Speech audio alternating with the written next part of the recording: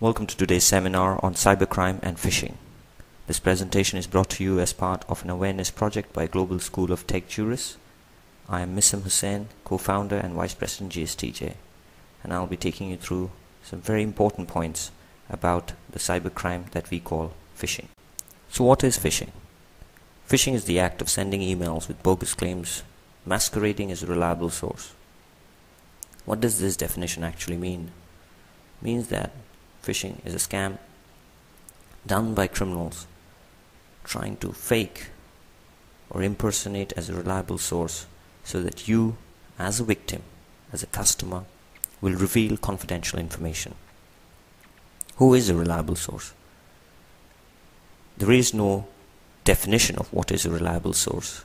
As far as the context is concerned, anyone who you trust, who you rely on, and who you are willing to reveal certain important information to can be termed as a reliable source.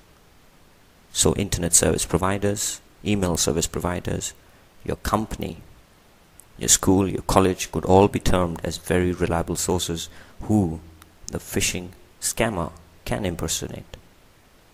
What is stolen from the victims? A variety of information can be stolen from the victims. It could be credit card numbers, bank account details, your internet PIN for your banking accounts. It could be a variety of information that you use on a daily basis on the internet. So let's look at some examples of phishing. The first one is a Lloyds TSB bank email.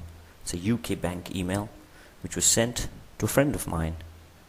As you can see from the email, it says there is a security alert, and my friend was requested to go to a particular link on this website and fill up his online banking membership details, which meant that he was supposed to put in his, along with all the other demographic information, his account details, his full name, as well as the password or the access code that he used for accessing his bank account.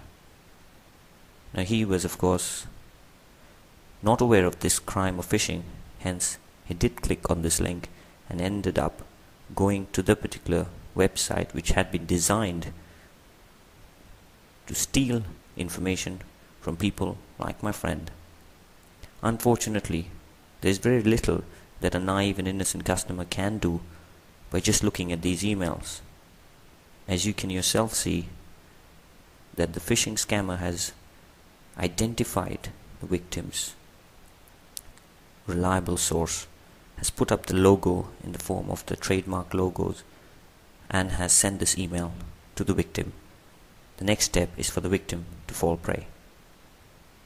The second email here is a Citibank phishing scam that was sent to Citibank members, again with the intention to reveal information. As you can see, most of these phishing spam or phishing emails always have something emergency to report about, and they always warn the customers that if they do not do something which they are asking them to do, there are serious consequences as a result of that.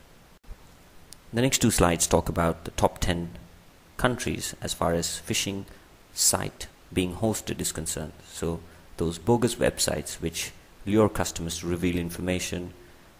The top 10 countries, number 10 position was occupied in India in 2006, but in 2007 India disappeared, although it continued to have a very high presence in terms of being one of the top 20 countries.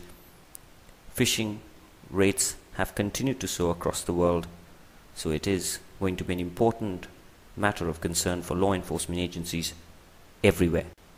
So phishing really relies on technological deception and social engineering techniques. As far as technology is concerned, phishing scammers take advantage of technology like spoofing, URL spoofing, email spoofing, and create bogus websites where you as a victim go and end up revealing all your information. Social engineering comes in the form of the story that the phishing scammer tells you about your bank account being deactivated or your email account going through a technical glitch, which means you have to act fairly quickly and reveal the information so that the problem can be sorted. A major way how phishing can be fought or prevented is by using spam filters or stopping to communicate or responding to unsolicited communication. You have to remember that credible service providers very rarely communicate in this manner. So your financial information is always at stake here. Your credit card details, your bank account numbers, your access codes. As mentioned before, it's a good thing to use spam filters, but more importantly, be very cautious with emails that seek confidential data, even if it seems like it originates from a reliable source. You have to remember that spoofing technology can be used easily by scammers to impersonate trustworthy entities like your bank, your internet service provider, your company, or even any credible organization seeking confidential information from you. At the end of the day, it is your choice. If you do not want to give out information, a phishing scammer can never be successful in luring out or getting that information from you.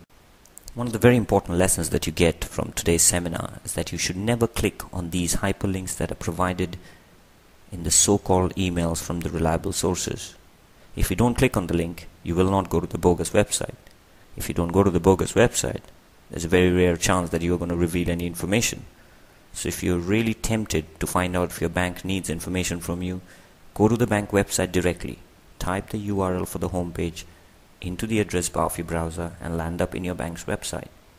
If your bank has an SSL website, it's a secure website, you can always check the certificates to check the veracity or the integrity of the website that you are visiting. What you have to remember is that phishing scams prey on the naivety of users, i.e. your lack of awareness. If you are aware of such identity thefts, there's a good chance that you will be able to spot one of these phishing scams and not respond to the emails. You have to be cynical with regards to the contents of these emails. Just because an email that supposedly comes from your bank says that your bank account is going to be deactivated or your email account is going to be out of service for some time, or any such information, do not hit the panic button. First of all, find out from the credible service provider whether that actually is the case. So what should we look out for if you want to spot a phishing scam? Clue number 1 could be a sudden unsolicited email from a reliable source. If you get an email out of the blue from your bank or from your internet service provider about some sudden problem, that could be a big clue. Clue number 2 could be a generic salutation, i.e. a dear sir or a dear customer, instead of using your surname or your first name.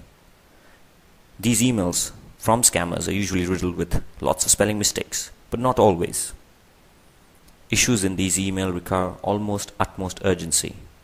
Either you have to fill up a form, or you have to go to a website and put in your password. Phishing email almost have a link to the bogus website. It's very rare that a phishing email will come to you without a link to a particular website where you have to go and fill up the information. If you can take care of these information, there's a good chance that you have already spotted a phishing scam. That brings us to the end of this seminar. We hope you have liked all the information. It was enlightening enough. The next time we are around, we are going to talk about digital security, digital certificates and signatures, and a lot of other cyber crimes. As for now, this is Mr. Hussain. Thanks a lot for listening.